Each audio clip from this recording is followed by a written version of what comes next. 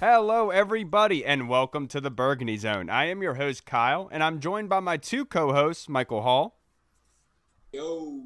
and Michael Reed.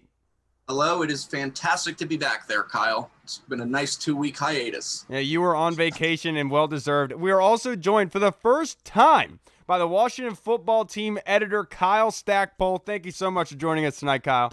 Hey, what's going on, guys? Happy we could figure this out and talk some Washington football. Yeah, and what a great time to talk about Washington football. The Washington football team beat the Philadelphia Eagles 27-17 on Sunday. They start the season 1-0 and 1-0 under the Ron Rivera era. So I have to ask you, Kyle, what was your biggest takeaway from the Week 1 win over Philly? I mean, it's got to be the defensive line, and we've been hyping it up for 2 years now. Even last year when they didn't have Chase Young, and you saw how that turned out, definitely underperformed. But now adding Chase Young, and 8 sacks. That's all you really got to say. Yeah. But not only the defensive line, just like the entire defense. Obviously, the first quarter and a half looked really bad, but the second 2.5 quarters, they were dominant. I think Philly had 90 yards in the last 2.5 quarters after having 170 passing yards the first quarter and a half. So the defensive line started it, but you had plays from the secondary, you had plays from the linebackers, John Bostic, you had Moreland and Moreau. So this defense, Del Rio has turned around defenses in his first year in Carolina and in Denver, and with the pieces they have, you could see him doing the same thing in Washington. Yeah, and I really hope so, because the way it looked on Sunday is going to be a problem for the rest of the NFL. I have to ask you, Kyle, the Washington football team struggled to run the football on Sunday. That being said, it was the first time that this unit was working together, that offensive line. Do you think that running the football is going to continue to be a problem for this team? I don't know. I don't know if it will necessarily be a strength, but I don't think they're going to have as many problems as they did on Sunday. You had Wes Martin, Jerron Christian getting their first start together, and you had, like you said, a bunch of different running backs, none of whom were here last year, and in a new offense. So it takes some time to mesh, and Philly, even though they were missing a couple defensive line starters, still has a strong defensive line.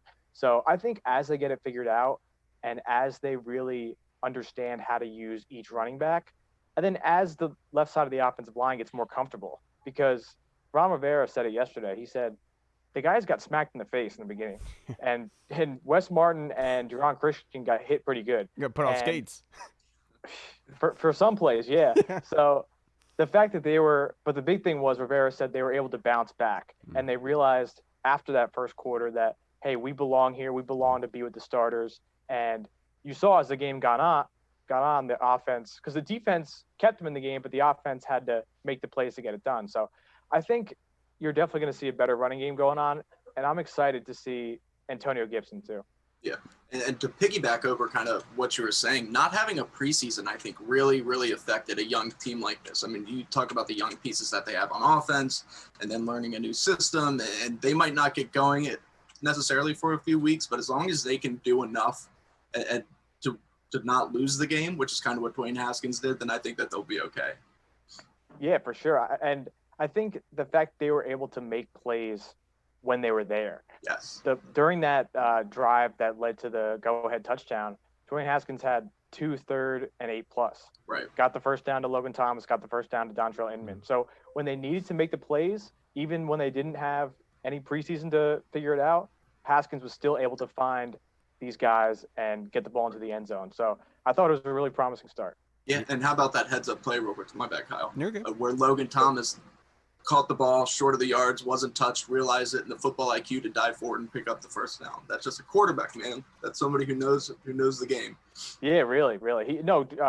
Logan had a great game. I mean, I looked afterwards, and he led the team with 8 targets, and you saw it throughout training camp. He was his favorite target in the red zone, and one of his favorite targets overall, aside from Terry McLaurin. So to see that actually translate onto the field against another opponent instead of against our guys was really good to see, because they're going to need him to step up big time and be that safety valve and be that third down option for Dwayne when he needs it.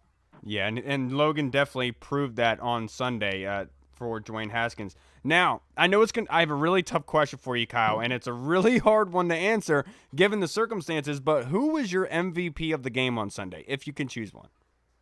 So I know a lot of people would probably say Chase, based on what he done.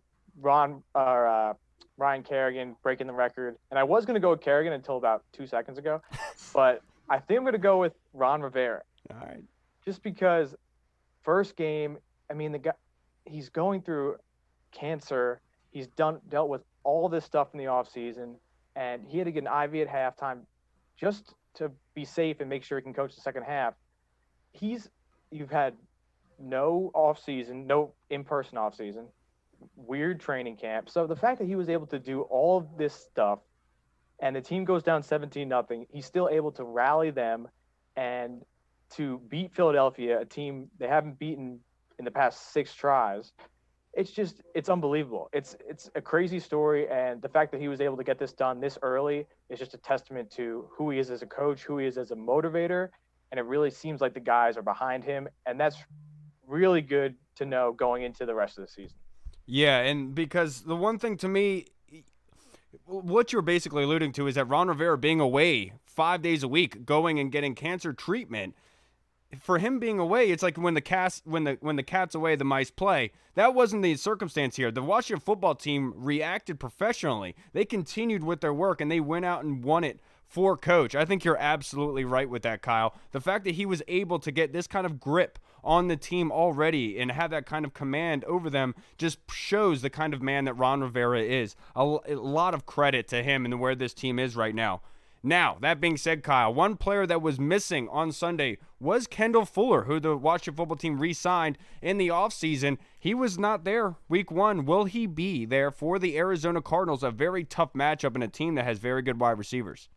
Yeah, so as of now, we don't know just because we haven't been out at practice and the coach hasn't released an injury report, but we'll have a lot more information tomorrow and going throughout the rest of the week. Honestly, I can't tell you either way. It would obviously be huge if he played. He's looked at as their number 1 corner, their biggest free agent signing.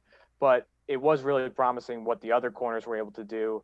Baby Moreau, who was the highest graded cornerback for PFF, and Jimmy Moreland getting his first interception of the season. So obviously they want him out there. We'll see tomorrow going forward if he can get out there. But even if they don't have him, it's going to be tough. But they feel better about their corners going into this week better than they did going into last week based on what they showed on Sunday. Yeah, and one of the things that came about from the game on Sunday was the 3 safety formation that Jack Del Rio used a lot to be able to cover Zach Ertz and Dallas Goedert. And it worked really well in that second half. Do you think that's going to be a continued use, or is that based on strictly the formation that the offense is giving? I think it would probably be based more on the formation just because not a lot of teams have 2 tight ends.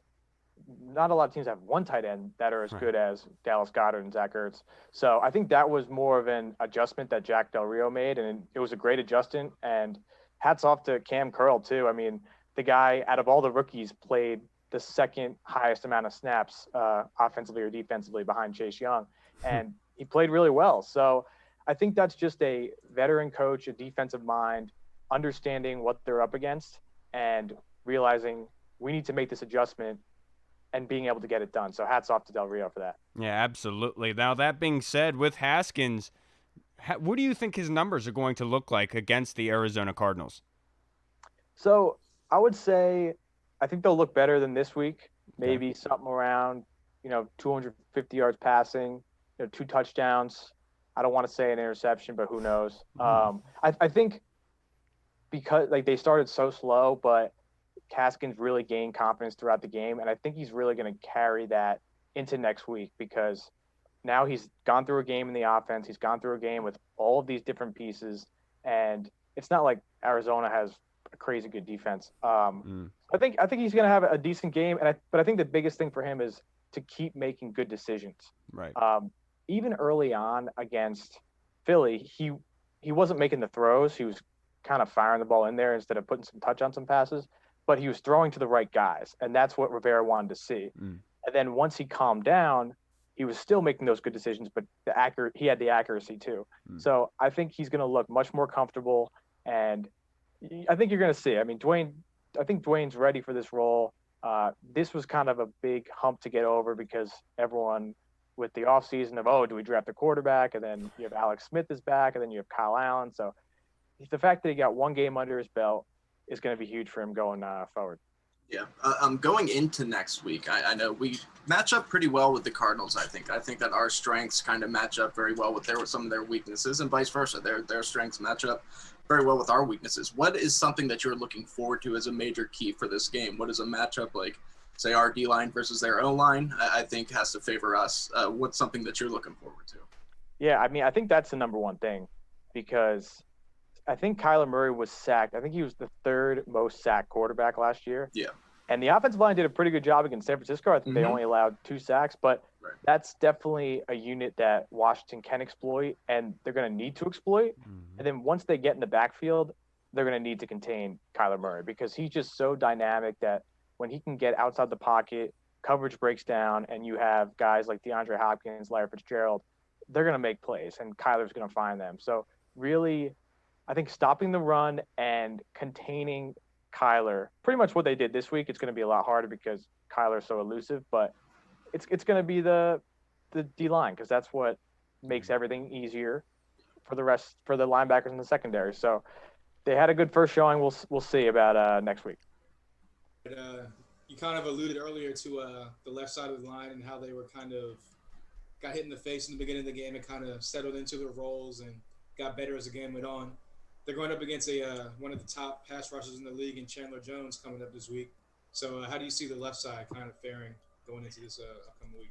Yeah, I think they're definitely still a work in progress, obviously, based on what happened early on. But I think they're going to gain confidence more and more as the season goes on. And I think having a game under their belt now, kind of just like Haskins, knowing that they belong, that they can excel. And, I mean, Chandler Jones is going to get his. I mean, he's that good of a pass rusher. But I think the left side also really benefits from going up against our D-line in practice every day.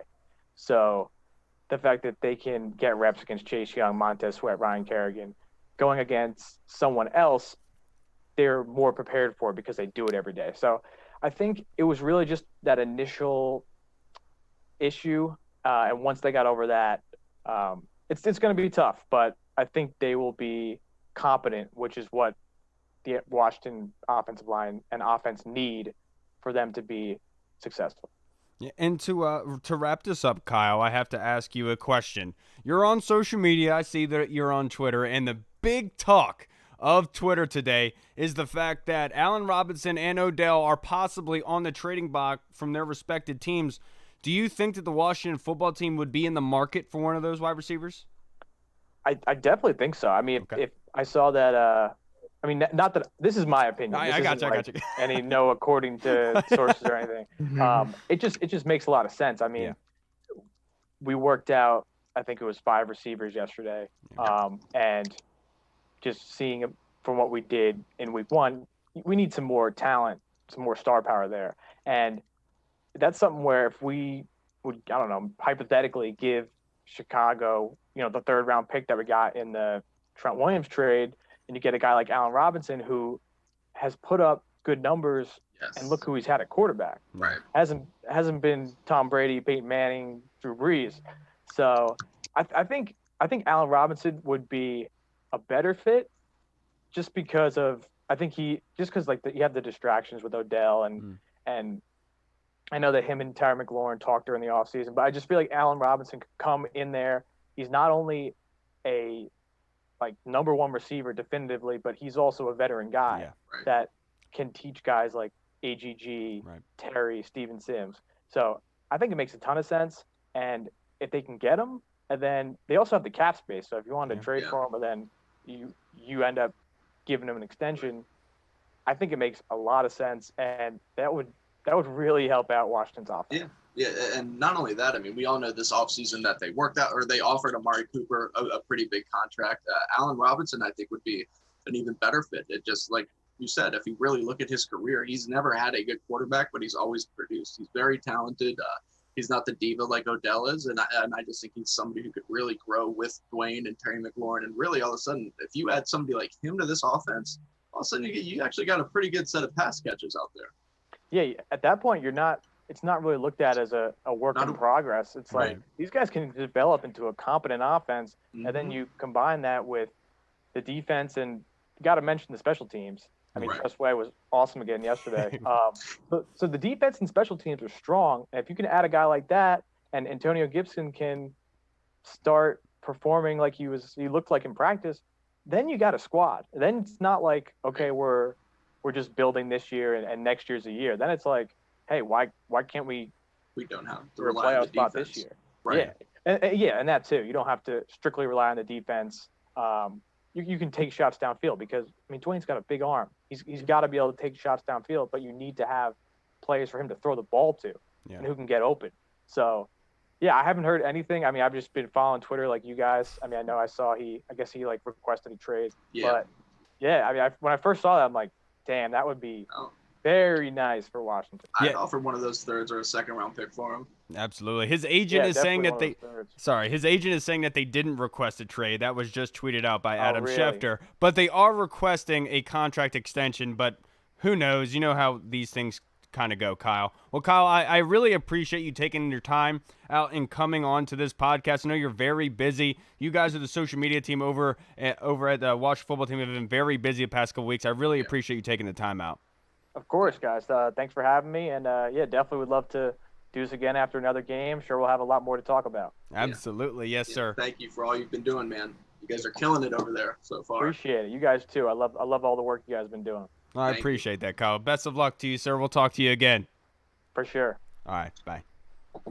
Wow, that was great. We were able to talk to Kyle Stackpole of the Washington football team, editor of the Washington football team. Fantastic stuff there. And he gave us a lot of good insight because I'm not sure if you guys noticed it, but when he talked about the wide receivers, he kind of had a little smile on his face, talking about the opportunities that could possibly be there. But that being said, guys, let's talk about and let's recap the Washington football team victory over the Philadelphia Eagles.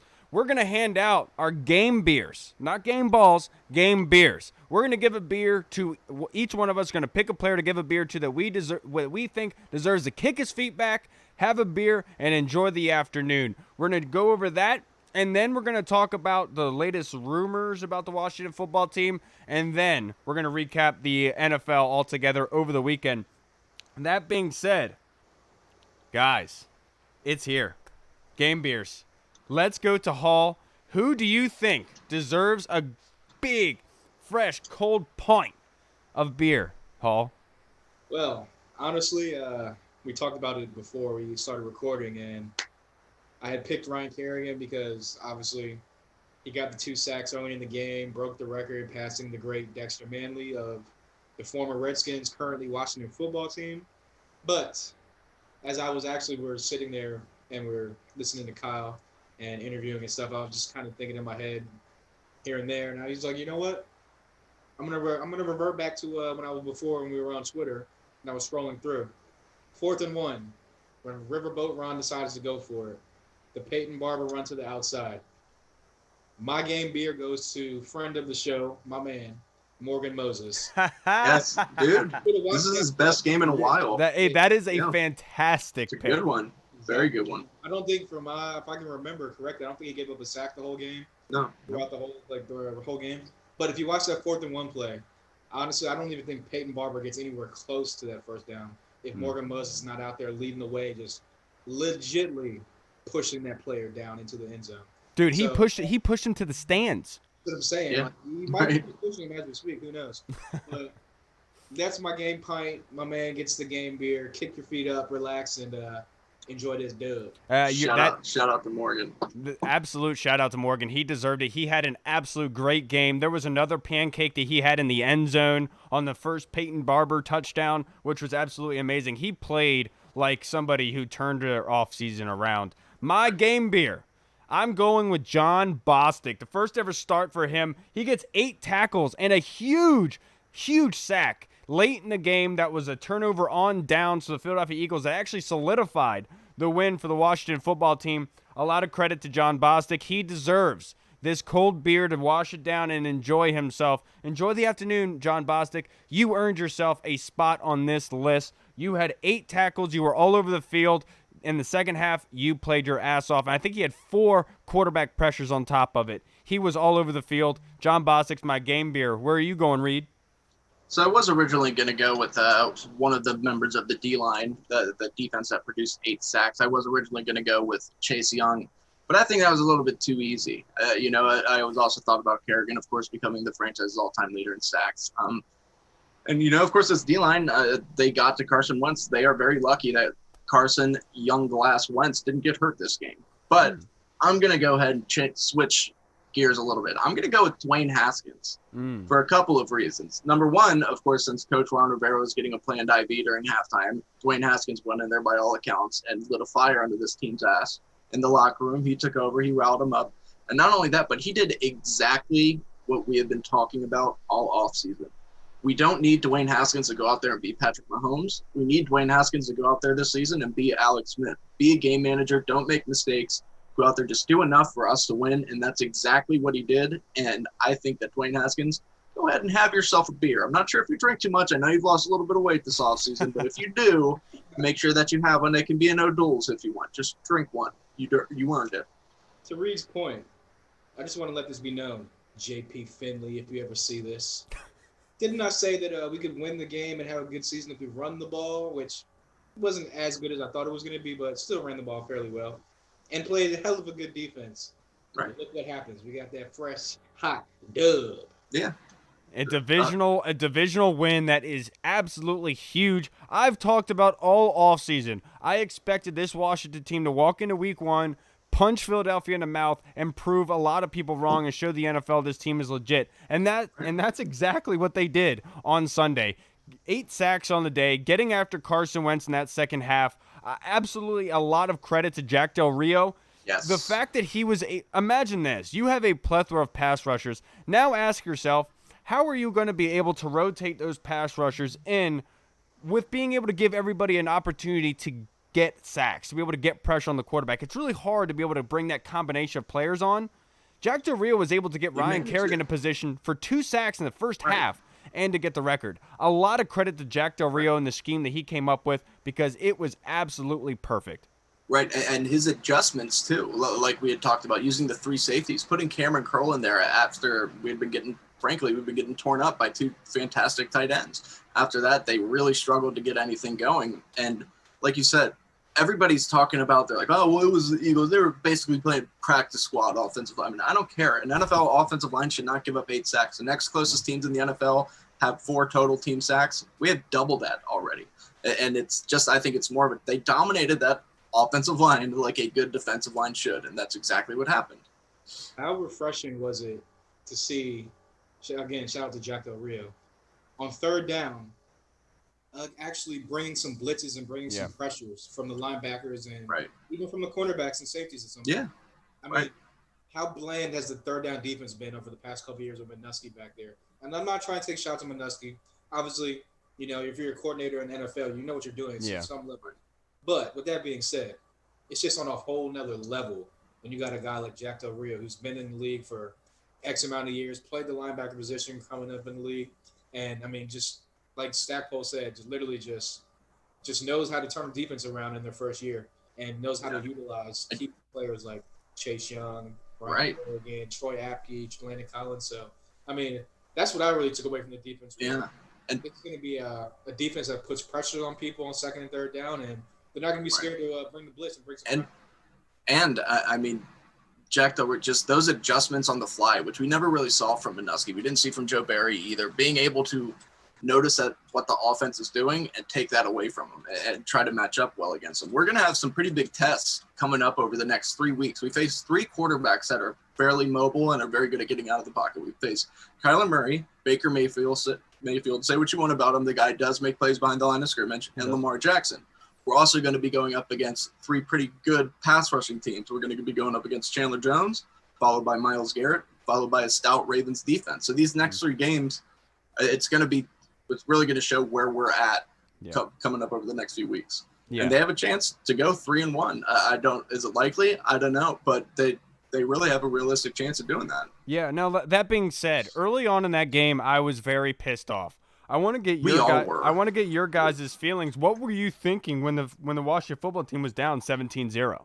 I was thinking that this is very frustrating. First of all, I was thinking that it's a long season, it's a long game. Maybe we can come back. I remember last season we were up on the Eagles 17-0, I believe it was, and we were dominating. So I was like, all right, there's a sliver of hope. You know, our defense still had 4 sacks, I believe, in the first quarter.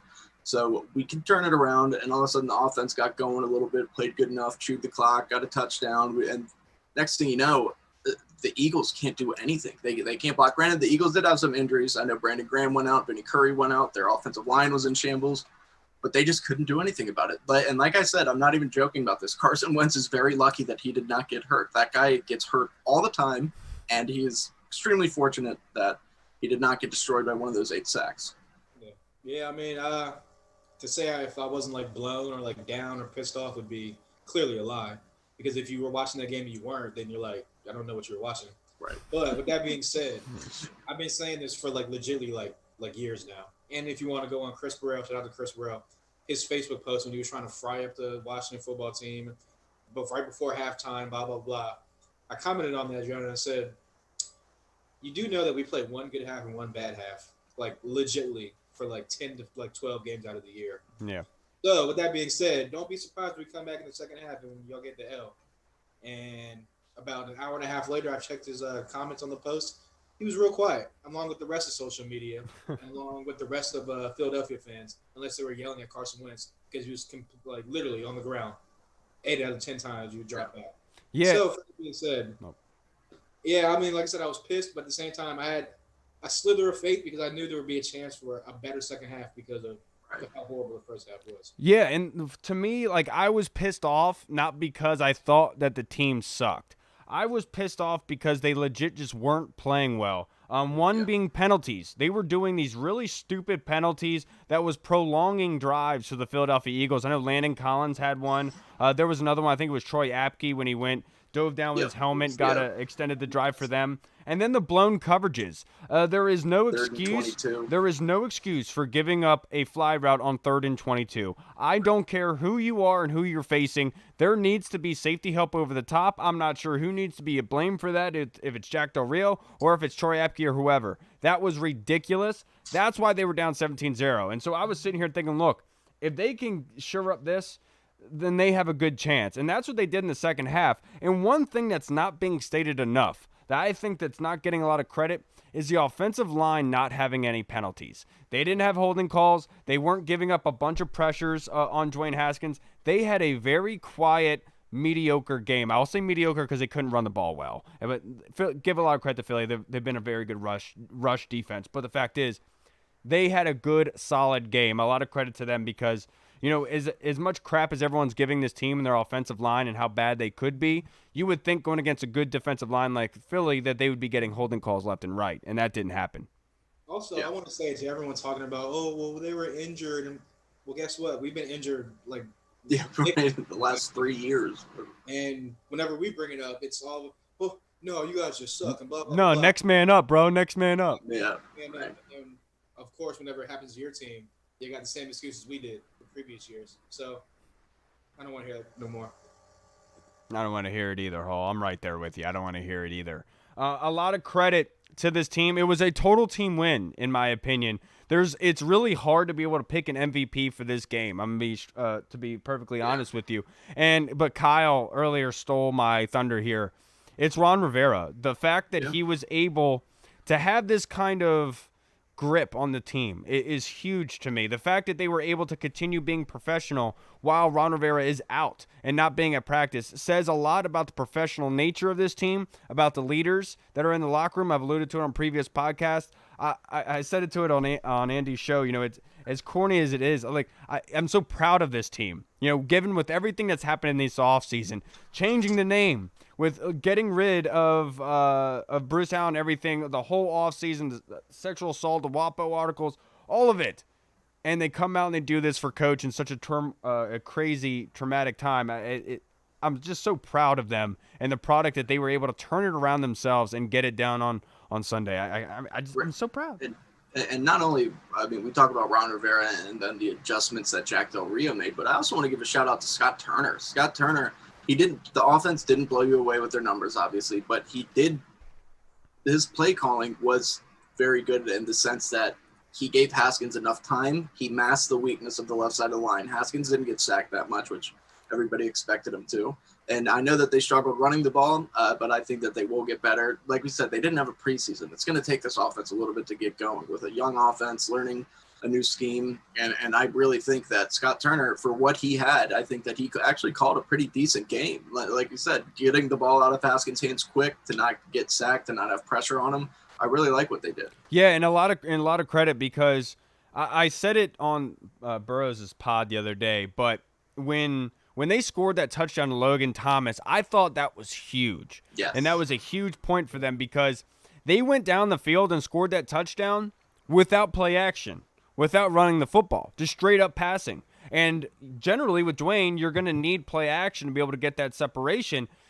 I thought that that's when they realized something. Okay, the up-tempo offense, the hurry-up offense is working, and it clicks for Dwayne. Let's try to get that going. And a lot of credit to Scott Turner, because that's where the offense went in the second half, and they were able to get the ball down the field and score points. So, like you said, Reed, a lot of credit to Scott Turner for adjusting on the fly. Yeah, and again, how refreshing was it to when the team gets a turnover, which came few and a little last year, but Capitalized on them. Yeah, got 2 this week, or I should say last week. But how refreshing is it to see an actual offense get a turnover on a short field and actually go down and not kick a field goal? Yeah, right. So true. Yeah. Professional NFL offense does, you know what I'm saying? And I mean, look, Dwayne Haskins went 4 for 4 on that drive. After that, I really do think that that pick from Fabian Moreau just like literally changed the game around. Yeah. Just even more than it already was, kind of growing in like momentum and stuff like that. And Right. I mean, yeah, like I said, I think from that point on, like I said, the up tempo, him seeing Dwayne go 4 for 4 and just like literally just like go through his reads, hit the open guy every single time. Yeah. I think Scott Turner realized something, and I think they're gonna keep that going week 2. Yeah. Also, Sorry, real good. quick. A lot of credit to Dwayne, like you had said, Mike. He was 10 of 15 for 102 yards in that second half. People can talk all they want about him not having a good game and all that. I don't care. He did what he needed to do to put this team in a position to win the football game. Right. He didn't throw it away. He took care of the football, and he did his job. A lot of credit to Dwayne. He deserves a lot of credit for this win.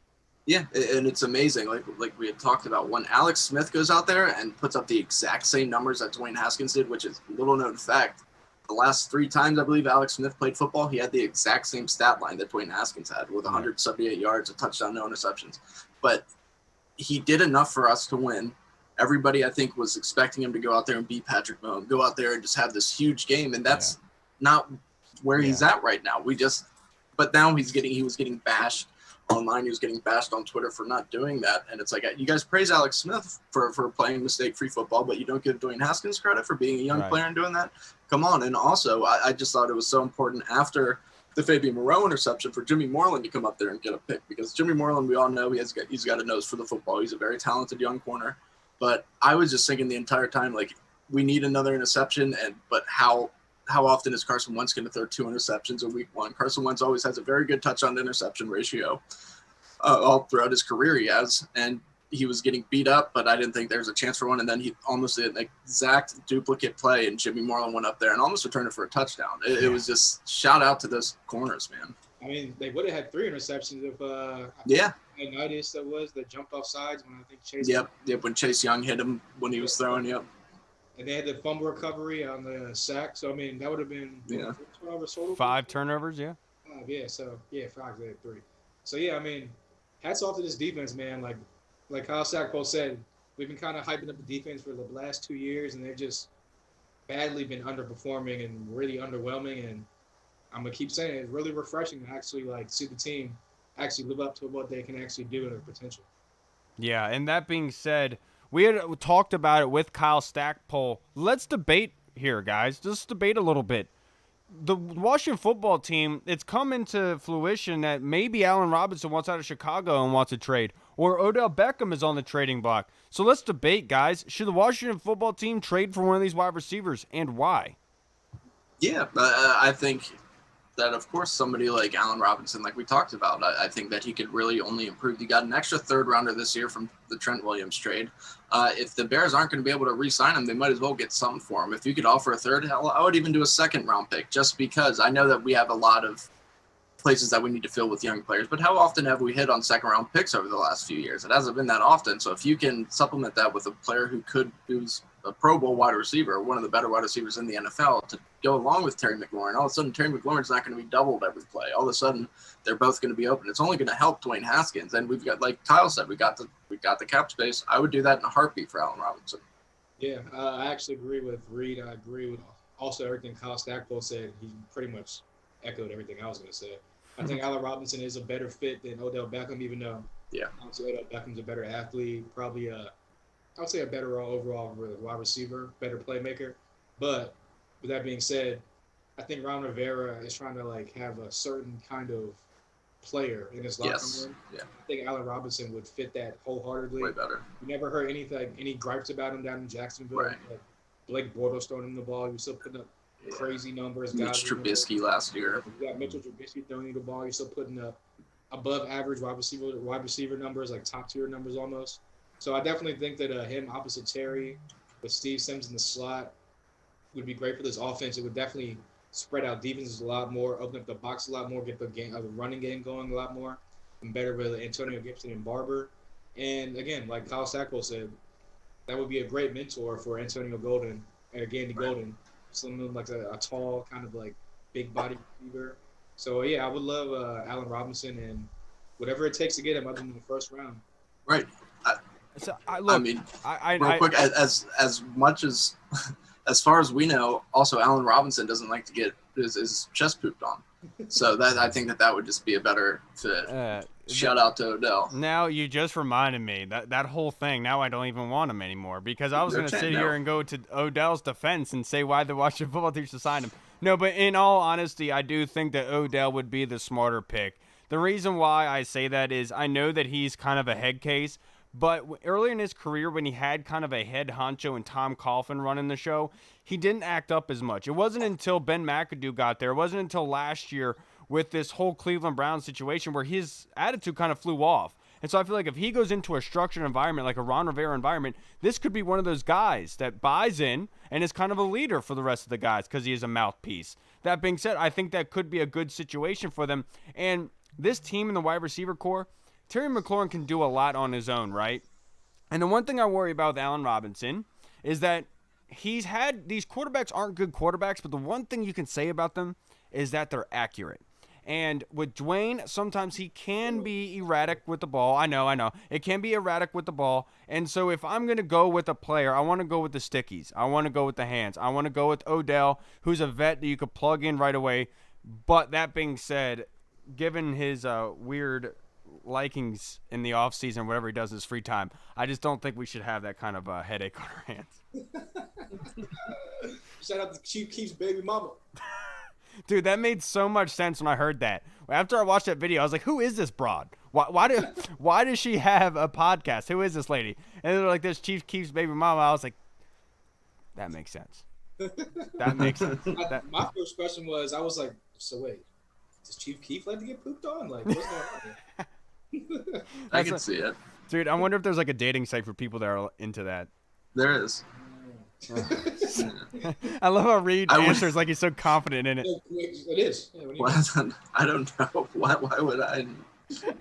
There is. All right, guys. Well, to finish up this show, let's just do a brief recap of the NFL over the past weekend. Any one of you guys want to go first? Anything biggest things that you took away from the NFL over the weekend? Yeah. Everybody was kind of had Josh Jacobs in terms of fantasy. Everybody always kind of forgot about him. He played very well last year. I had him in a couple leagues, and Josh Jacobs was getting the ball. He did his thing. He played fantastic, as well as Clyde Edwards-Helaire. Those two guys played amazing. Devontae Adams, when he's healthy, he is who you think he is. The guy is just an absolute stud. But I was actually semi-impressed with Mitchell Trubisky. I know it was only one week, let's talk but good teams. for him. Let's not talk players. Let's talk teams. Okay, so we're going to talk teams. Okay, well, here we go. the New York Football Giants are not that good, and they are way worse than we are. I'm just going to say it. Yeah, Like we talked about before the show, that Daniel Jones interception at the end, the second interception, Dwayne Haskins would not have made that throw. And I do think the Giants' offense or defense played a lot better than people expected against a rusty Ben Roethlisberger. That was my point. But that offensive line, man, that was terrible. They could not get. I know Pittsburgh has a good defense, but they're not that good. They're not holding Saquon to 6 yards. Yeah, and that offensive line, like, I'm sorry, Andrew Thomas is not going to be able to block Chase Young. No, and watching that game, that first half, I'm sitting here thinking, is the Giants' defense really that good? Or is the Steelers' offensive line just in shambles right now, and it turned out to be the latter? Yeah. My biggest takeaway would probably be my prediction for the Super Bowl this year was Seahawks versus Chiefs, and it looks like after week 1, obviously there's 15 more weeks, or 16 more weeks technically, to go. But it looks like, and my MVP vote, or my MVP guess for the year was Russell Wilson. So with that being said, this Seahawks offense looks like it's going to be a handful for a lot of teams in the NFC and for the AFC as well. Russell Wilson's looking like super MVP form after 1 week, 4 touchdowns, no picks. He had some rushing yards to go with it. I like their weapons, and their defense with Jamal Adams looks like they're going to be flying around out there again. Yeah. So I had them, like I said, represent NFC at Super Bowl. I'm sticking with that pick, and it's proven me right so far. Yeah, one of my biggest takeaways from the weekend was how bad Minnesota's defense got in the offseason. Yeah. The Green Bay Packers put up 42 points? Yeah, I think so. Yeah. 42 points on them. That was a offensive game, and nobody thought that was going to be the case. Going into the season, you're thinking Green Bay with the Smith brothers, and then Minnesota having Harrison Smith in the back end. This is going to be a very good defensive game. That was not the case. These two teams just were throwing haymakers at one another, going back and forth, and Aaron Rodgers just looks like he has a comeback year on his hands. He had his best rating, according to PFF, since I think it was 2011, 2010. But another takeaway from this weekend is I've been saying this all offseason, as much as I like their offense, Mike McCarthy is a very overrated head coach. Dude, I talked about that on Burrow's pod. I was like, dude, what are we doing here? Why are we acting like Mike McCarthy is Sean McVay? Savior, right. Aaron Rodgers made him. I know he says that he's doing all this analytics stuff, all the analytics. I'm sorry, but he was doing that on massage table. That's where he was doing his analytics. Yeah, the analytics does not excuse that play calling. I don't know what you think that you are, man. You have one of the best running backs in the NFL with Zeke. You need to get him the ball more. And it's just, he's not that guy. He's not. I'm sorry. I think Ron Rivera was a better hire. Bill Callahan would get more out of that offense. Yeah, he would, because he would run the hell out of Zeke. Yeah, he would. Very true, actually. He'd be perfect for it, actually. Another takeaway I had on the AFC side, if you wanted to do NFC, AFC. The Ravens are definitely who we thought they were. Yep. Might be even better than they were last year. It looks like Lamar Jackson has found the deep ball and be able to throw on the outside of the hashes now, with Hollywood Brown being fully healthy. They added some wide receivers in the draft. Obviously, Mark Andrews is just a freaking beast at tight end. And this defense with Calais Campbell, like I said, he was one of the biggest acquisitions for the NFL. That was huge for them. Yeah, that was. And then them drafting Patrick Quinn as well. I mean, that middle of the defense is going to be tough, and it looks like they're on route to maybe go head-to-head with the Chiefs in the AFC Championship. Yeah, that being said, we kind of talked about the teams that jumped out to us. So let me ask you guys, what's your biggest letdowns of the past week? Let's do one NFC and one AFC, Reed. For letdown, I'm going to, just like I talked about the Cowboys. Cowboys came in there with so much hype. Everybody was talking about how unstoppable this offense was going to be and how just this defense is going to be good enough to top 10, and that just wasn't the case. They just didn't look like it. Mike McCarthy did not have his guys ready. I do like CeeDee Lamb. I think that he played a decent game. I know he only had 50-something yards, but I like him. But they are not right now what people thought that they were going to be. Yeah, my biggest letdown for the NFC, the easy one would be the Eagles, in my opinion. But I'm not going to pick them because I think it's the San Francisco 49ers. They lost to the Arizona Cardinals. Yeah. And one thing that I said to my father-in-law, we're going to talk about the Arizona game, preview that on Thursday. We're going to have a huge segment on that. I don't want to delve too much into it. But they lost gap integrity during that entire game. Kyler Murray rushed for 90 yards on them. That is unacceptable. And look, I know Kenyon Drake had 60 rushing yards, but it wasn't like he was breaking off 5 yards a carry here and there. They couldn't run the ball well. It was only Kyler. And so it was shocked me because in past, when you think of this 49ers defense, you think suffocating. And it didn't seem that way with the Cardinals. And Jimmy Garoppolo is incredibly overrated. That offense did not seem like they could get anything going late in that game. The Cardinals won that out. I thought the 49ers were the biggest letdown in the NFC. Yeah, you guys actually had my top two. So, top of my head, I'll try to pick a third one. You know what? I'll go Detroit. I know a lot of people had Detroit coming back on a bounce-back year. They had Matt Stafford kind of picking up where he left off in the first half of the season before he got injured, where he was probably MVP candidate because he was leading the league in passing, I think. And I know they didn't have Kenny Galladay, and honestly, I know they probably should have won that game because DeAndre Swift dropped a freaking touchdown. I know. But with that being said, I just think that a lot of people had higher expectations going into the season for the Lions, and it looks like they're going to have another dud of a season under Matt Patricia. He'll probably get fired along with what's his name, Bob Ross or something like that, whatever their GM name is. And it looks like it'll be a whole new regime. The painter?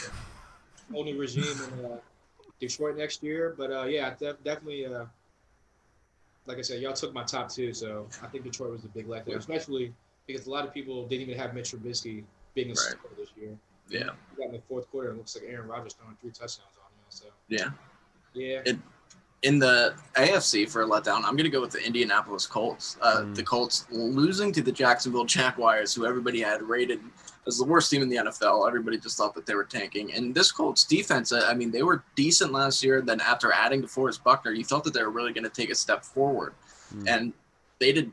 Gardner Minshew looked like the guy, look a franchise guy against this defense. And then Phillip Rivers throwing 2 interceptions. I mean, they can still turn it around. Obviously, I know Marlon Mack's injury will open the door for Jonathan Taylor, but they did not. I thought that they were going to win easily, and they got slapped in the mouth by a bad football team. Yeah, for the AFC, mine is kind of like a mixed bag, I guess you could say. But I'm gonna have it 1A, 1B, and I think it's the LA Chargers. And then, oh man, I just completely botched it. Just fell off my head. But the LA Chargers, they struggled against the Cincinnati Bengals, a very inferior team, and they lost a defensive tackle the Cincinnati Bengals did during that game, a star one as well. The Chargers, look, I know a lot of people are going to be high on Keenan Allen and everything, but I was not high on him going into the season because I knew about the quarterback situation.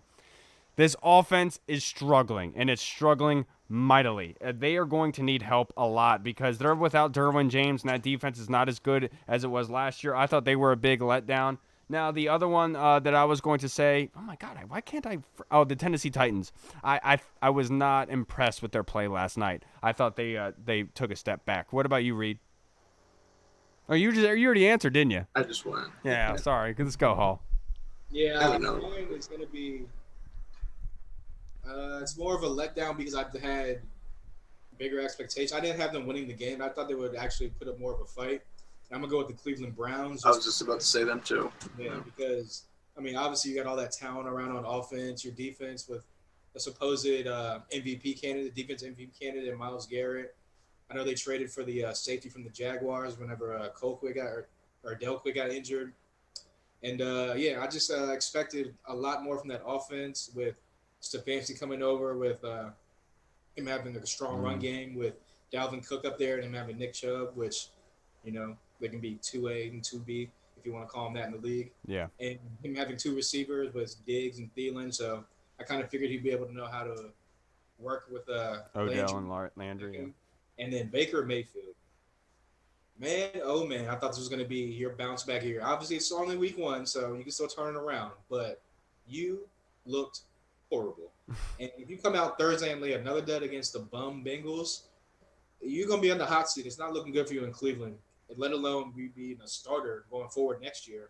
So that was my biggest letdown just because I didn't have them winning the game, but I didn't think they would get blown out like that.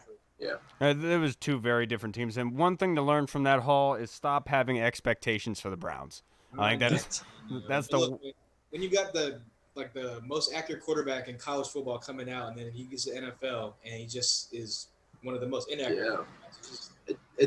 That's something a lot of people have been giving Odell shit all day or all since that game. But Odell, he actually did a decent job getting open at times, and then Baker just straight up missed him. Baker was not putting the ball in the money, and then that's when Odell, of course, gets frustrated, and then he takes himself out of the game. But there was some times where Odell, he could have had some pretty good catches, and then Baker just missed them. And it's weird to see somebody who's that accurate, his collegiate career and his first year in the NFL, just be this bad right now. Yeah, especially behind a revamped offensive line. And there's one thing that I cannot stand. I guess it's me, but it's just a bad situation. It's when a player is playing poorly, like Baker Mayfield is, and you see him on TV with commercials all the time. It just makes it so much worse. Like, dude, you suck. Yeah. It's funny because people got on him last year about that. And I'm just like, oh, maybe he'll like focus more, blah, blah, blah. He just rolled out 2 new commercials for Progressive. Like, what the hell is going on? Dude, he's soaking up that limelight, and a lot of credit to him.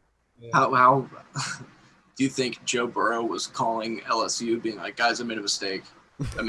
They cannot block for me. I want to go back to winning. He did a really good job on Sunday. For what he had, he did a fantastic job, especially that final drive. And then he could have thrown that game-winning touchdown, but AJ Green got called for the offensive pass interference.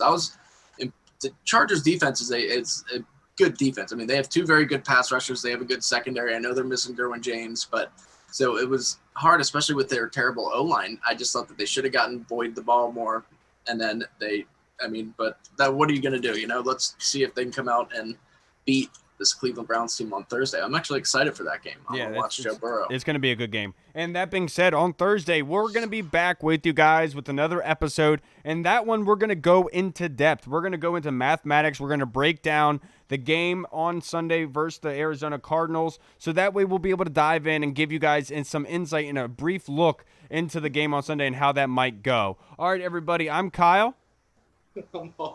What? What happened? What did you just do? Nothing, Kyle. Don't worry about it. What did you do? The episode to see it. Oh no! I lifted my shirt up, and I just realized I'm so white that it looked like an undershirt, but it's not. That's just me. That's hilarious. I need some vitamin D in my life. All right, everybody, make sure you go and subscribe to us on iTunes. We got us on Facebook, YouTube. You can find us on Google Pod, Spotify. We are available everywhere. All right, everybody, we'll see you on Thursday. Washington football. Woo! Peace. Audio Jungle.